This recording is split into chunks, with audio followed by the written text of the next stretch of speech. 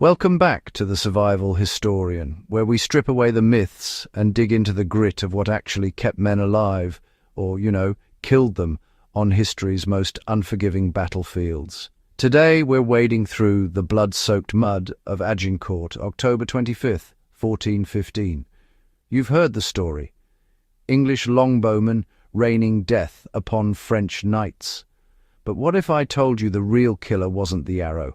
It was something far more insidious. It was arrogance. The kind of bone-deep, culturally ingrained hubris that made an entire aristocracy blind to reality. This is the story of how French pride, not English innovation, carved one of history's most catastrophic defeats. The longbow was devastating, yes, 6 feet of yew-wood, capable of punching through armor at 200 yards, but arrows don't win battles on their own. Stupidity loses them. To understand Agincourt, you must first understand the French nobility's fatal religion, chivalry. This wasn't just courtly love and jousting tournaments.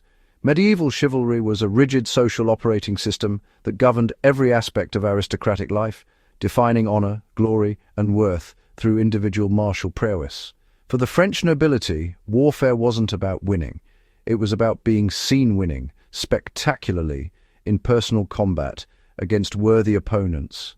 This mindset created a psychological armor more impenetrable than any steel plate, one that transformed reasonable tactical assessment into an affront to honor itself. When French scouts reported Henry V's ragged, starving army of perhaps 5,000 men, the French command saw not a military situation requiring careful strategy, but an opportunity for glorious, inevitable triumph. They outnumbered the English 3, perhaps 4 to 1. Their knights were the finest in Christendom, their armor the most expensive, their horses the most powerful. The very suggestion that these bedraggled Englishmen posed a genuine threat was laughable, an insult to French martial dignity. The terrain should have screamed danger. The field near Agincourt was a narrow funnel between 2 woods, freshly ploughed and rain-soaked into knee-deep morass. Any commander concerned with victory over glory would have recognized this killing ground for what it was, a death trap for heavy cavalry and dismounted knights. But the French weren't thinking about terrain, they were thinking about honor. Choosing not to engage would mean allowing Henry to escape, denying French nobility their rightful glory. Multiple commanders recognized the danger and proposed alternatives, but these voices drowned in the tide of aristocratic entitlement. Who were they to suggest caution when honor demanded action? The French committed to attacking across that muddy corridor, not because it was tactically sound, but because retreat or delay would be shameful. Once committed, the chaos intensified. Rather than coordinated assault, French knights competed with each other for position in the vanguard. Being in the first line meant first contact with the enemy, first opportunity for glory, first claim to ransoms and reputation. This wasn't military discipline. It was a stampede of egos, each nobleman fighting his peers for the privilege of dying first. Henry V understood something the French didn't. Survival trumps spectacle. His army was desperate, diseased and starving, but Henry adapted. He chose his ground carefully, deployed his archers behind defensive stakes, and prepared his men-at-arms to fight dismounted in tight formation. This was survival warfare, unglamorous, pragmatic, and honestly devastatingly effective. The French saw only peasants with bows. In their rigid worldview, archers were commoners, beneath knightly consideration as worthy opponents. The idea that these low-born men could determine a battle's outcome violated everything French aristocracy believed about warfare's natural order. Knights fought knights. The common rabble was scenery. This wasn't mere tactical oversight. It was cultural contempt, so deep it blinded them to reality. The French nobility couldn't conceive that their divinely ordained superiority could be challenged by mere technology wielded by social inferiors.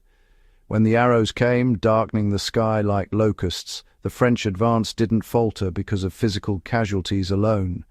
It faltered because their entire world-view was shattering with each fallen nobleman, each horse screaming in the mud, each recognition that their glorious charge had become an inglorious slaughter. That catastrophic overconfidence didn't emerge at Agincourt. It was centuries in the making.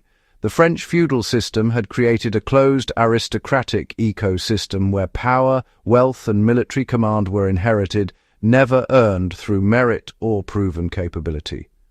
Generations of French nobles had grown up surrounded by yes-men, their every decision affirmed, their martial prowess never genuinely tested against competent opponents.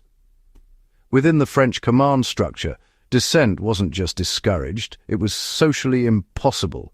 Suggesting caution implied cowardice. Proposing alternative tactics questioned the collective judgment of your betters.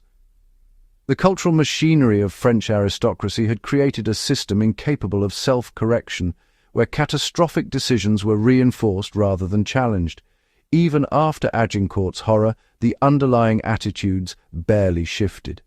The defeat was explained away as bad luck, poor weather, or individual failures, rather than systemic cultural problems. Agincourt teaches us that the deadliest opponent isn't the one you can see, it's the one you refuse to see. Throughout history, from corporate boardrooms to military campaigns, we find echoes of Agincourt overconfident leaders underestimating opponents, clinging to outdated methods because admitting obsolescence threatens identity itself. The French didn't lose because English bows were superior technology. They lost because their culture made learning, adapting, and honest assessment impossible. In survival, as in warfare, humility isn't weakness, it's the foundation of staying alive.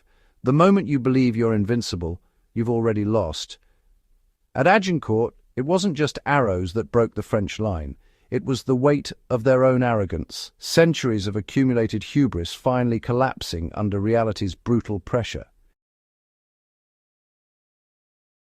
If this deep dive into history's harsh lessons resonated with you, hit that like button and subscribe to The Survival Historian. We're here every week, connecting the dots between historical endurance and modern resilience.